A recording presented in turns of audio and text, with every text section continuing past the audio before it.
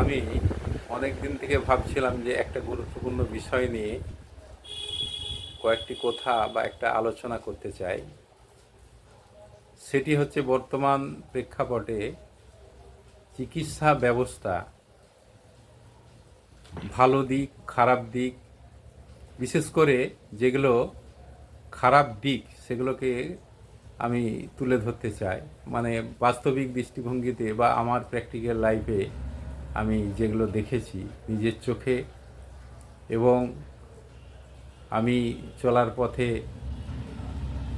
আমি বিরাট বড় একটা অভিজ্ঞতা, বিরাট বড় একটা মানে যে খুব দুঃখজনক স্মৃতি মনের মধ্যে আমার রয়েছে, তার কয়েকটি স্মৃতিচারণ বা কয়েকটি বাস্তবিক অভিজ্ঞতা বা দৃষ্টিভঙ্গি থেকে আমি কয়েকটা কথা বলতে চাই।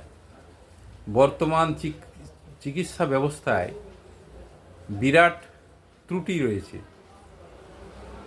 এটা আমার কথা নয়, এটা সমাজে যারা ভুক্তভোগী, যারা বিশেষ করে যারা গরিব খেটে খাওয়া মানুষ, দিনমজুর, যাদের টাকা পয়সার বল নেই, যারা দুস্থ ব্যক্তি, যারা দেখা যাচ্ছে যে প্রচণ্ড কষ্টের মধ্যে রয়েছে, তাদের যদি কোনো রোগ জ্বালা এইসব হয়, কী ধরনের যে কষ্ট, কী ধরনের যে যন্ত্রণা, কী ধরনের যে হেনস্থার শিকার হতে হয়, তার জ্বলন্ত মানে দৃষ্টান্ত হচ্ছে আমি নিজে।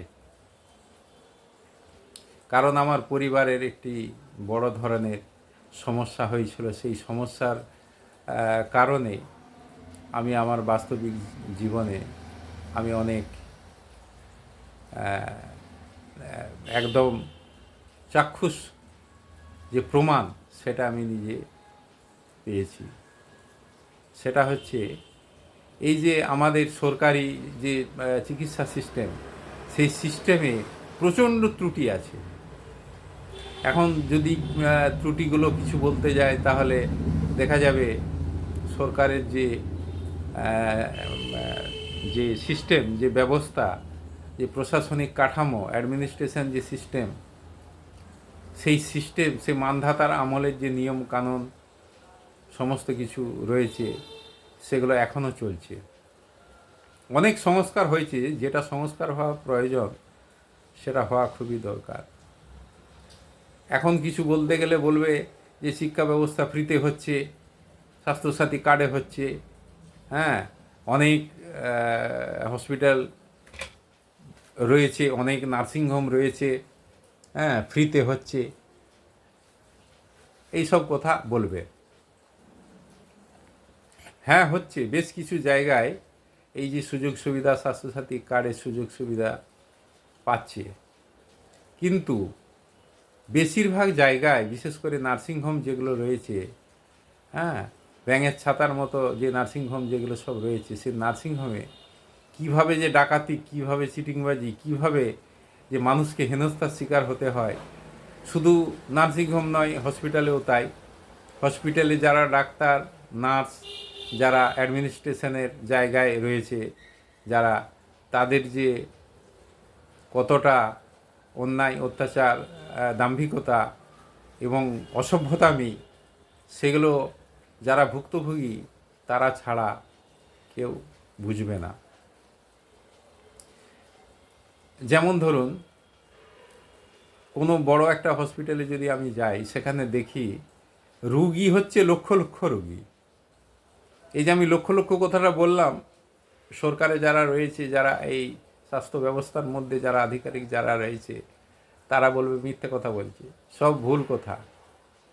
আমি তাদেরকে বলি যে আপনারা কিছু নয়, নেতা মন্ত্রী যারা আমলা রয়েছে, আমলা গামলা যারা সব রয়েছে, তারা একদিন একটা রুগী নিয়েছে এই লাইন দিয়ে, একদিন ডাক্তার দেখিয়ে ওষুধ নিয়ে যাক, তাহলেই বুঝতে পারবেন। আমি বড় বড় কয়েকটি হসপিটালের কথা বলছি, ছোট ছোট হসপিটাল তো রয়েছে, সেখানেও একই অবস্থা। যেমন মেডিকেল, যেমন এনআরএস, যেমন আরজি কর, যেমন পিজি, যেমন নীলরতন, হ্যাঁ, ইত্যাদি অনেক আছে, অনেক অনেক। আমি এই হসপিটালগুলোতে মোটামুটি আমি একদম হ্যাঁ গেছি, অনেক রুগীকে নিয়ে গেছি, আমি নিজে চিকিৎসা করিয়েছি, দেখেছি। কোনো একটা রুগীকে যদি নিয়ে যায় হয়, তাহলে তার সঙ্গে 4টি লোক চাই। কেন 4টি লোক চাই? না একজন লাইন দেবে, টিকিটের লাইন, হ্যাঁ সে লাইন মানে সে লাইন দেখার মতো লাইন। হ্যাঁ, যদি ভোর 4টের সময় আসে, সে লাইন কাটতে 12টা, 1টা, 3টে বেজে যাবে। এটা কথার কথা নয়। কোনো একজন ব্যক্তি, ভালো ব্যক্তি যারা এই অ্যাডমিনিস্ট্রেশনে রয়েছে, শিক্ষা ব্যবস্থায়, আমার বিনীত অনুরোধ, বিশেষ করে দেখা যাচ্ছে যারা চিকিৎসা যে সিস্টেমের মধ্যে যারা আধিকারিক রয়েছে, আমলা রয়েছে, তাদের প্রতি আমার অনুরোধ, আপনাদের নিজেদের রুগী নিয়ে একদিন আসুন, দেখবেন যে কি নির্যাতন, কি কষ্ট। টিকিটের লাইন একটা, মানে ভোর 4টের সময় যদি আপনি লাইন দেন, হ্যাঁ 12টা, 1টা বেজে যাবে। আচ্ছা, রুগী যে নিয়ে যাবেন, শুধু রুগী একলা এলে হবে না, রুগীর সঙ্গে 3টে লোক চাই। কেন বলছি 3টে? একজন টিকিটের লাইন দিবে, একজন টিকিটের লাইনের পরে আর একজন দিবে ডাক্তারের লাইন। আচ্ছা, ডাক্তারের যে লাইন, সে লাইন মানে বিশাল লাইন, দেখার মতো লাইন। হ্যাঁ, তারপরে আর একটা লাইন, সেটা হচ্ছে ওষুধের লাইন। তার মাঝে যদি আবার যদি বলে পরীক্ষা নিরীক্ষার ব্যাপার, সেখানে তো লাইন। আজকে যদি পরীক্ষা হয়, 10 দিন 15 দিন পরে তার রিপোর্ট পাওয়া যাবে। হ্যাঁ, মোটামুটি যদি কেউ যদি আসে, সেখানে 3টে 4টে লোক যদি থাকে, হ্যাঁ তাহলে সব মোটামুটি চিকিৎসা করে সে বাড়ি ফেরার একটা চান্স থাকবে। যদি একা আসে বা দুজন মিলে আসে, তাহলে তার বাড়ি ফেরার সুযোগ খুবই কম থাকবে। এটা সার্বিক ক্ষেত্রে, সামগ্রিক ক্ষেত্রে বৃহত্তম দৃষ্টিভঙ্গি বা বৃহত্তম যে কষ্টের জায়গা, সেই জায়গা থেকে আমি বলছি, বিরাট বড় জায়গা থেকে বলছি। আমি বহুদিন, একদিন নয়, বহুদিন আমার মাকে চিকিৎসা করিয়েছি, আমার আত্মীয় স্বজন অনেককে করিয়ে দেখেছি। মোটামুটি একটা রুগীকে যদি আমি 15 দিন দেখাতে যাই, সেখানে আমার একটা 2খানা চটি ছিঁড়ে যাবে। হ্যাঁ, তো একটা বৃদ্ধা বা বয়স্ক লোক এই যে এইভাবে যে দাঁড়িয়ে থাকা 4টে থেকে 5টা পর্যন্ত, এই 4টে পর্যন্ত, হ্যাঁ 4টে থেকে 4টা পর্যন্ত, মানে 12 ঘন্টা দাঁড়িয়ে থাকবো, কন্টিনিউ দাঁড়িয়ে থাকতে হবে সেখানে। লাইন মানে বিশাল লাইন, সেখানে না আছে পাখা, না আছে লাইট, না আছে কোনো কিছু বসার জায়গা, হ্যাঁ গুতি ঠেলা ঠেলি, এইসব অবস্থা। তা আমি বলছি যে এই যে সিস্টেম, এটা কি পাল্টানো যায় না? আমাদের কি ডাক্তারের অভাব? আমাদের কি ছেলেপুলে যারা সব পড়াশোনা করছে, পড়াশোনা করে যারা চাকরি পাচ্ছে না, হ্যাঁ সায়েন্স নিয়ে, এবং নার্স, ডাক্তার এবং স্টাফ প্রচুর, অ্যাডমিনিস্ট্রেশন মানে যে ক্লার্ক, পিয়ন, এইসব জায়গায় যারা সব কাজকর্ম করবে, এরকম ভালো ভালো ছেলে মেধা আছে, বুদ্ধিমান ছেলে, যারা BA pass, MA pass, science গ্রুপে পড়েছে, কমার্স গ্রুপে পড়াশোনা করেছে, হ্যাঁ টেকনিক্যাল লাইনে পড়েছে, সে পড়াশোনা করে ফ্যাফা করে ঘুরে বেড়াচ্ছে, তাদেরকে কি নেওয়া যায় না? চাকরি তো নেই। আমি বলছি যে ডাক্তার দেখানো হলো, সে ডাক্তার দেখানোর পরে এই যে এতগুলো 4টে 5টা লোক নিয়ে এসে চিকিৎসা যদি ভালো করতে চায়, 4টে 5টা লোক নিয়ে আসতে হবে, তবে হবে, তা নাহলে হবে না, একদম হবে না। রুগী নিয়ে এসে যদি, রুগীকে যদি দাঁড়াতে হয়, সে রুগী মরে যাবে, বেশি করে রোগ এসে যাবে।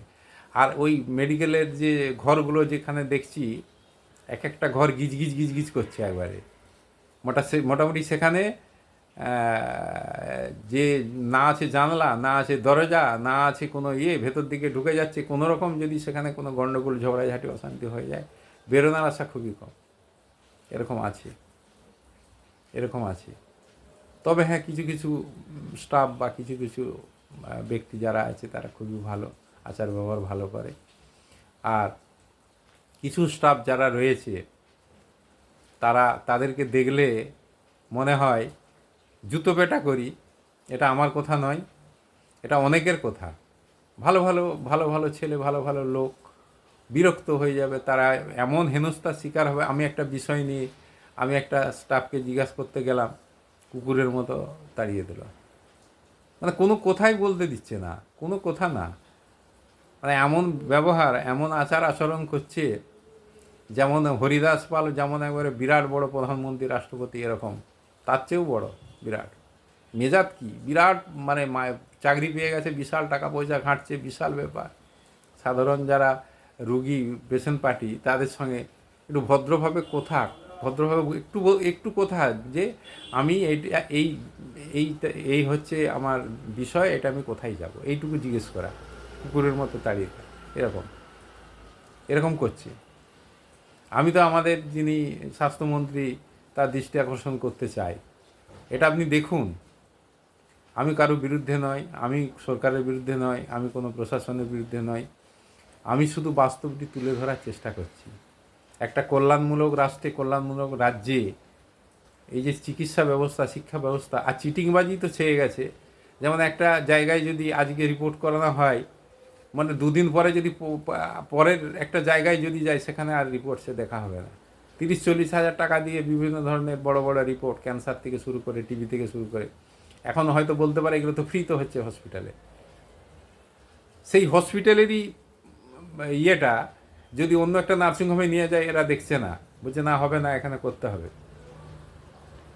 আবার করলাম, আবার সেখান থেকে যদি আবার কেউ যদি অন্য একটা জায়গায় যায়, সেখানে আর হচ্ছে না, সেখানেও আবার করতে হবে, বাধ্যতামূলক।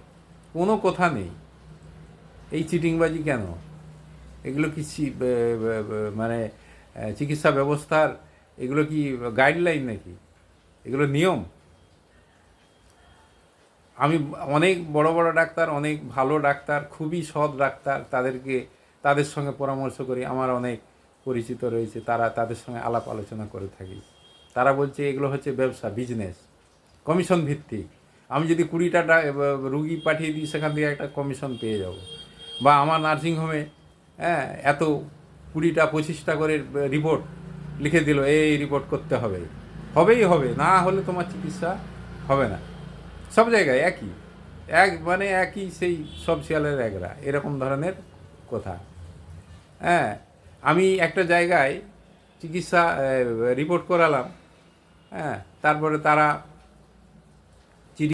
আমার যে বক্তব্যটি হচ্ছে যে এই যে চিটিংবাজি ব্যবসা, চিটিংবাজি যে ব্যবস্থা, এটা গুরুত্ব সহকারে যে চিকিৎসা সিস্টেমের মধ্যে যারা গুরুত্বপূর্ণ ব্যক্তি যারা সব রয়েছে, তারা যদি একটি নিরপেক্ষ দৃষ্টিভঙ্গিতে তারা যদি এনকোয়ারি করে, তারা যদি পর্যবেক্ষণ করে, তাহলে কিন্তু একদম সত্য যে চিত্রটা পেয়ে যাবে।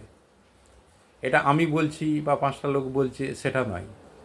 কোন পার্টি, কোন দল, কোন সরকার, কোন ব্যক্তি আছে, সেটা বড় কথা নয়। বড় কথা হচ্ছে বাস্তবতা। বাস্তবতা কি বলছে, প্র্যাকটিক্যাল যে জায়গা সেটা কি বলছে। আমি সমস্ত যারা এই সিস্টেমের মধ্যে যারা রয়েছে, চিকিৎসা ব্যবস্থার মধ্যে যারা যে সকল ব্যক্তি রয়েছে, তাদের প্রতি আবার বিনীত অনুরোধ, জোড়হাত করে বলছি যে আপনারা একটু দেখুন। সকলের লক্ষ লক্ষ কোটি কোটি টাকা নেই, সকলের গাড়ি বাড়ি নেই, সকলের নেই। হ্যাঁ, এই যে স্বাস্থ্যসাথী কার্ড দেখা যাচ্ছে, নিয়ে যাচ্ছি, সেখানে কুকুরের মতো তাড়িয়ে দিচ্ছে, বলছে হবে না, এখানে এটা নেই, এটা চলবে না। তাও একটা চিকিৎসাতে দেখা যাচ্ছে যে স্বাস্থ্যসাথী কার্ডে যদিও এলাও হচ্ছে, সেখানে স্বাস্থ্যসাথীতে কাটছে ধরুন 60,000 টাকা, আর ওরা চিকিৎসা মধ্যে যে টোটাল যে প্যাকেজটা, সেখানে নিচ্ছে 2 লাখ টাকা। হ্যাঁ, তার প্রমাণ আমার কাছে সব আছে, সমস্ত প্রমাণ আমি দেখে দিতে পারবো। হ্যাঁ, বেশি কিছু তো বলার মতো জায়গা বা পরিবেশ পরিস্থিতি তো নেই। বা আমরা হচ্ছে ছাপোষা মানুষ, আমরা যুদ্ধ করতে পারবো না, লড়াই করতে পারবো না, আমরা একটু কোনো প্রশ্ন করতে পারবো না, কিছু বলতে পারবো না, বলার মতো সাহস এবং বলার মতো পরিস্থিতি, বলার মতো কোনো জায়গা কিন্তু নেই। হ্যাঁ, ভালো কিছু হচ্ছে, হয় না একবারে যে পুরোটাই ফলস, পুরোটাই মিথ্যা সেটা বলছি না। আমি আমার যে অভিজ্ঞতা, সেই অভিজ্ঞতা থেকে বলছি, একবারে সার্বিক অভিজ্ঞতা, সেই জায়গা থেকে আমি বলছি। আপনাদের এই যে বড় বড় বিকাশশীল রাষ্ট্র যেগুলো রয়েছে, তাদের মূল বিষয় হচ্ছে শিক্ষা, স্বাস্থ্য, হ্যাঁ, বাসস্থান। এই জায়গাগুলো একটা সিকিউরিটি আছে, নিরাপত্তা আছে, যেটা আমাদের ভারতবর্ষে, বিশেষ করে এই পশ্চিমবঙ্গ রাজ্যের মধ্যে কিন্তু নেই। তাহলে হয়তো বলবে যে তাহলে স্বাস্থ্যসাথী কার্ডে অনেকের তো হচ্ছে। হ্যাঁ, হচ্ছে। একটা উদাহরণ দিচ্ছি, 50,000 টাকা হয়তো স্বাস্থ্যসাথী কার্ডে অ্যালাউ করলো, সেখান থেকে দেখা গেল চিকিৎসা যে হচ্ছে সেই চিকিৎসাতে খরচা হয়ে গেল 3 লাখ টাকা। কোথায় পাবে? 2.5 লাখ টাকা কোথায় পাবে সে? ঘটি বাটি জমি জায়গা সব বিক্রি করতে হবে, উপায় কিছু নেই। একবার মাথা গলিয়ে দিলে সমস্ত টাকা পয়সা একদম শেষ, কিছু করার নেই। তাই আমি বিনীত সকলের কাছে অনুরোধ করছি এই বিষয়টি, বিশেষ করে মুখ্যমন্ত্রী, বিশেষ করে যারা এই সিস্টেমের মধ্যে রয়েছে, তারা এই বিষয়টি একটু দেখবেন। আমি কারো বিপক্ষে নই, আমি কারো সমালোচনা করছি না। আমি শুধু চাই একটা শান্তিপূর্ণ, একটা নিরপেক্ষ, একটা বিকাশশীল, একটা উন্নয়নশীল এবং একটি কল্যাণময় একটা জায়গা তৈরি হোক, এবং সমস্ত যারা দুস্থ ব্যক্তি, যারা অসহায় মানুষ, যারা বঞ্চিত, নিপীড়িত, অসহায় দুস্থ ব্যক্তি সত্যি, তারা যাতে একটু এই জায়গা থেকে, কষ্টের জায়গা থেকে নিষ্কৃতি পায়, এটাই আমার অনুরোধ। নমস্কার।